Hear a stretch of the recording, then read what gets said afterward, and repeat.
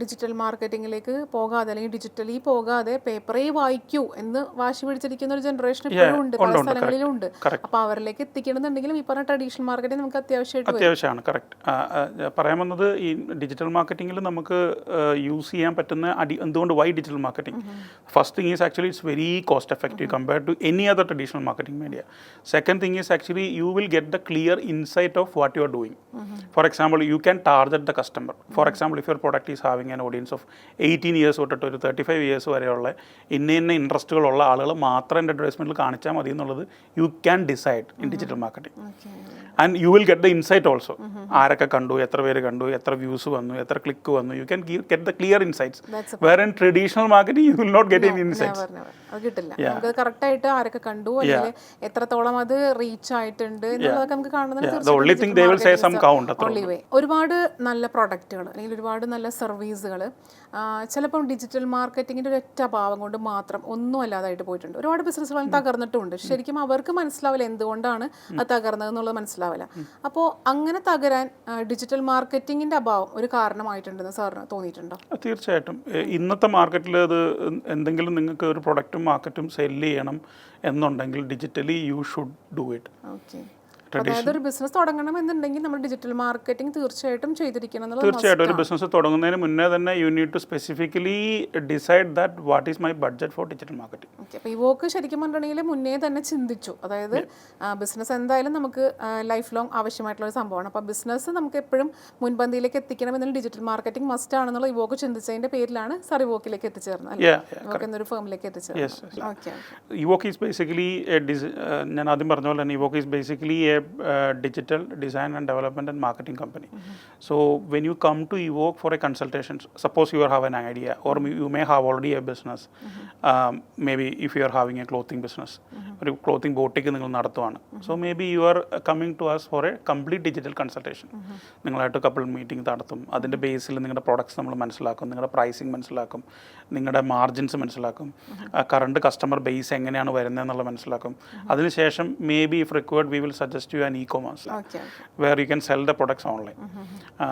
അത് നമ്മൾ ബിൽഡ് ചെയ്യും. അത് നമ്മൾ ഏറ്റവും കോസ്റ്റ് എഫക്റ്റീവ് ആയിട്ടുള്ള നിങ്ങൾക്ക് ഏറ്റവും മാർക്കറ്റിംഗ് സപ്പോർട്ട് കിട്ടുന്ന ഏറ്റവും ബെസ്റ്റ് ആയിട്ടുള്ള പ്ലാറ്റ്ഫോം ഏതാണെന്ന് ഐഡൻറ്റിഫൈ ചെയ്ത് അത് നമ്മൾ ബിൽഡ് ചെയ്യും ആദ്യം. അതിനുശേഷം നിങ്ങളുടെ ഡിജിറ്റൽ മാർക്കറ്റിംഗ് കംപ്ലീറ്റ് ആയിട്ട് നമ്മൾ ഏറ്റെടുക്കും.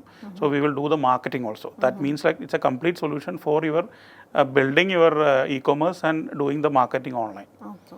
Digital marketing, when you are considering digital marketing for different type of businesses, the approach towards is അല്ലെങ്കിൽ ഒരു സ്ട്രാറ്റജി ടുവേർഡ്സ് നമ്മൾ ഡിപ്പെൻഡ് ചെയ്യുന്നത് ഡിപ്പെൻഡ്സ് ഓൺ യുവർ ബിസിനസ് ആണ്. അല്ലെങ്കിൽ നിങ്ങളുടെ പ്രൊഡക്റ്റ്, നിങ്ങളുടെ സർവീസ് അത് ഏത് കസ്റ്റമർ ബേസിലേക്ക് എത്തുന്നു, അത് ഏത് ജിയോഗ്രഫിയാണ്. ഫോർ എക്സാമ്പിൾ ഇപ്പോൾ കൊച്ചി ചെയ്യുന്ന അതേ പാറ്റേൺ ആയിരിക്കില്ല ദുബായ് ചെയ്യുന്നത്, ദുബായ് ചെയ്യുന്ന പാറ്റേൺ ആയിരിക്കില്ല ന്യൂയോർക്ക് ചെയ്യുന്നത്. കാര്യം ഓരോ സ്ഥലത്തുള്ള കസ്റ്റമർ ബേസും അവരുടെ ബിഹേവിയറും ഡിഫറൻ്റ് ആണ്. ഇവിടെ ചെയ്യുന്ന അതേ പാറ്റേൺ നമുക്ക് വേറൊരു കൺട്രി പോയിട്ട് അപ്ലൈ ചെയ്യാൻ പറ്റത്തില്ല. സോ അതെല്ലാം പഠിച്ച ശേഷമാണ് നമ്മൾ മാർക്കറ്റിങ്ങിൻ്റെ സ്ട്രാറ്റജി ഉണ്ടാക്കുന്നത്. എത്ര സ്പെൻഡ് ചെയ്യണം, ഏത് ടൈപ്പ് ഓഫ് അഡ്വർടൈസ്മെൻറ്റുകൾ ചൂസ് ചെയ്യണം, ഏതൊക്കെ പ്ലാറ്റ്ഫോമിൽ നമ്മൾ അഡ്വർടൈസ് ചെയ്യണം, ഇതെല്ലാം നമ്മൾ ചെയ്യുന്നത് ബിസിനസ്സിനെ മനസ്സിലാക്കിയ ശേഷമാണ്. സോ ആദ്യം നമ്മൾ ചെയ്യുന്നത് first we will study you and your business. അപ്പോൾ ഞാൻ കേട്ടിട്ടുണ്ട് സാറിൻ്റെയൊക്കെ ഒരു ക്ലയൻ്റാണ് നമ്മുടെ EMR, അതായത് ദുബായ് EMR എന്നുള്ള വലിയ കമ്പനികൾ. അപ്പോൾ അങ്ങനത്തെ വൻകിട ഭീമന്മാരായിട്ടുള്ള കമ്പനികളിലേക്ക് എങ്ങനെയാണ് ഇവോക്ക് എത്തിച്ചേർന്നത്? ഇവോക്ക് കൂടുതൽ പ്രൊജക്ട്സും, അതായത് വലിയ പ്രൊജക്ട്സ്, ഇപ്പോൾ ഫോർ എക്സാമ്പിൾ എമിറേറ്റ്സ്, MR അതുപോലെയുള്ള വലിയ ക്ലയൻസിലേക്ക് ഇവോക്ക് എത്തുന്നത്. ഇവോക്ക് ഡിജിറ്റൽ ഏജൻസികളുടെ സപ്ലയറായിട്ട് വർക്ക് ചെയ്യുന്നുണ്ട്. ഫോർ എക്സാമ്പിൾ ഇപ്പോൾ ബെയ്റ്റ്സ്പാൻ ഗൾഫ് എന്ന് പറഞ്ഞിട്ട് GCC ബേസ്ഡ് ആയിട്ടുള്ള ഒരു ഭീമനായിട്ടുള്ള കമ്പനിയുണ്ട്. So they are not a digital marketing company, they are a digital company if I say. I mean they do, like I said, design, development and marketing. So they do everything, even branding, they do everything. So അവർക്ക് development segment ഇല്ല, അതായത് അവർക്ക് development അവർ ചെയ്യത്തില്ല. അതായത് if they want to do a website, if they want to do an e-commerce, അവർക്ക് അതിന് വേണ്ടിയിട്ടുള്ള റിസോഴ്സസ് ഒന്നുമില്ല. So they do outsource to other companies. So അവരുടെ സപ്ലയർ ആവുക എന്ന് പറഞ്ഞാൽ it's not like an easy task, but we are a number one supplier for Betspan Gulf. It's a great thing, right? Okay. അപ്പോൾ അങ്ങനെ EMR മാത്രമല്ല ഒരുപാട് companies നമുക്ക് ഉണ്ടെന്ന് പറഞ്ഞു. അപ്പോൾ ഇവിടെ ഇന്ത്യയിലല്ലാതെ പിന്നെ പുറത്തെവിടേക്കാണ് ഇവോക്കിൻ്റെ ഓഫീസുകൾ? നമുക്ക് ബേസിക്കലി ഇവോക്കിൻ്റെ ഓഫീസ് കാനഡയിൽ ഒരു ഓഫീസുണ്ട്, ഒമാൻ ഒരു ഓഫീസുണ്ട്, ദുബായ് ഒരു ഓഫീസുണ്ട്. ഇപ്പോൾ എത്രത്തോളം ക്ലയൻസ് ഉണ്ട് അല്ലെങ്കിൽ എത്രത്തോളം സ്റ്റാഫ് ഉണ്ട്? സ്റ്റാഫ് ഇപ്പം കൊച്ചിയിൽ 40 പേരാണ് സ്റ്റാഫായിട്ടുള്ളത്. നമ്മുടെ ബാക്കിയുള്ള ഓഫീസിലോട് കൂടി 10 പേര്, അങ്ങനെ ഒരു 50 മെമ്പേഴ്സ് ടീമാണ് നമുക്കുള്ളത് ആക്ച്വലി. Okay okay. അപ്പം ക്ലയൻസ് ആയാലും അല്ലെങ്കിൽ സ്റ്റാഫ് ആയാലും 100% സാറ്റിസ്ഫൈ ഹാപ്പി ആണെന്ന് സാറിന് പറയാൻ പറ്റുമോ? തീർച്ചയായിട്ടും. കാരണം എനിക്ക് തോന്നുന്നത് customer satisfaction we were at 99% I should say.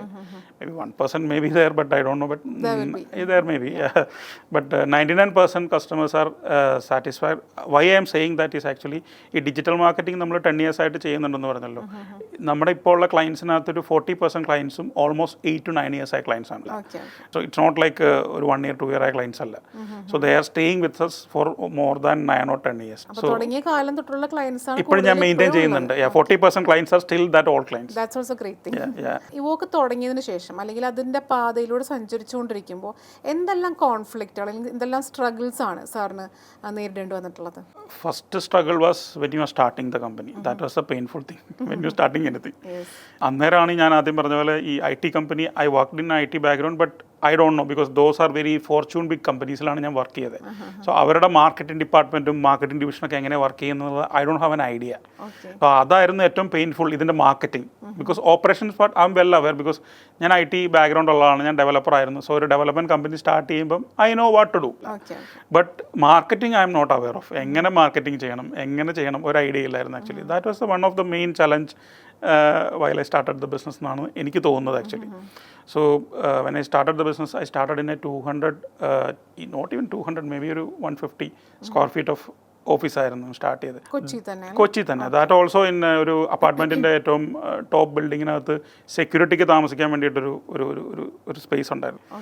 അതാണ് that was my first office. I think 5,000 something rent. I think അതൊരു ടോയ്ലറ്റും ഒരു 200 സ്ക്വയർ ഫീറ്റ് ഓഫീസ്. അല്ല, ഞാൻ ഒറ്റയ്ക്ക് ഒരു 10 days ഞാൻ ഒറ്റയ്ക്കായിരുന്നു സ്റ്റാർട്ടിങ് ഉണ്ടായിരുന്നത്. അതിനുശേഷം I get a designer, then a developer. ഞങ്ങൾ 3 പേര് ഓൾമോസ്റ്റ് ഒരു ഫസ്റ്റ് 3 months ഞങ്ങൾ 3 പേര് മാത്രമേ ഉണ്ടായിരുന്നുള്ളൂ. So I almost stay at the office almost full day. ഞാൻ വീട്ടിൽ പോകുന്നത് കുറവായിരുന്നു ആക്ച്വലി. ഞാൻ രാത്രി അവിടെ തന്നെ കിടന്നുകൊണ്ടിരുന്നത്. എൻ്റെ കാരണം ഇതായിരുന്നു, കാരണം I was support. Of course family support ഇല്ലാതെ നമുക്ക് ഒരു ബിസിനസ്സും തുടങ്ങാൻ പറ്റത്തില്ല. ഞാൻ അവിടെ കിടക്കാനുള്ള കാരണം എന്ന് വെച്ച് കഴിഞ്ഞാൽ ഞാൻ ടാർഗറ്റ് ചെയ്ത കസ്റ്റമർ ബേസ് എല്ലാം US, യൂറോപ്പ് ആയിരുന്നു. ടൈം അഡ്ജസ്റ്റ് ചെയ്യാൻ വേണ്ടിയിട്ട് ഞാൻ അവിടെ കിടക്കും. പകൽ ഞാൻ വർക്ക് ചെയ്യും, രാത്രി എഴുന്നേറ്റ് ഇവരുടെ മെസ്സേജസ് റിപ്ലൈ ചെയ്യാൻ അങ്ങനത്തെ കാര്യത്തിന് വേണ്ടിയിട്ട് ഞാൻ അവിടെ കിടക്കും. I got first project I think $50 something. അത് ഒരു ജർമ്മൻ ക്ലയൻ്റ് ആയിരുന്നു. അത് 3rd month ആ ക്ലയൻ്റാണ് പിന്നീട് നമ്മുടെ നെക്സ്റ്റ് 2 yearsലേക്ക് നമ്മുടെ ഫുൾ സ്റ്റാഫിനെയും ഒരു 30 member സ്റ്റാഫ് പുള്ളിക്ക് വേണമെന്ന് പറഞ്ഞ് പുള്ളിക്ക് വേണ്ടിയിട്ട് ഞാൻ ഇവിടെ ബാക്ക് ഓഫീസ് സെറ്റപ്പ് ചെയ്ത് ഓൾമോസ്റ്റ് 2 years ആ ഒരു ക്ലയൻറ്റ് തന്നെയായിരുന്നു കമ്പനി പിന്നെ പോയത്. So starting first 3 months was very struggled ആയിരുന്നു ആക്ച്വലി. പിന്നെ അത് കഴിഞ്ഞിട്ടുള്ള സ്ട്രഗിളിങ് എന്തൊക്കെയായിരുന്നു? അല്ലെങ്കിൽ അത് പിന്നെ നല്ല സ്മൂത്ത് ആയിട്ടാണോ പോയിട്ട്? No business always time to time struggles വന്നുകൊണ്ടിരിക്കും. അത് ഡിഫറെൻറ്റ് ടൈപ്പ് ഓഫ് സ്ട്രഗിൾസ് ആയിരിക്കും. താങ്ക് ഗോഡ് ഫിനാൻഷ്യൽ ക്രൈസിസും അങ്ങനത്തെ ഇഷ്യൂസ് ഒന്നും എനിക്ക് ഫേസ് ചെയ്യേണ്ട വന്നിട്ടില്ല.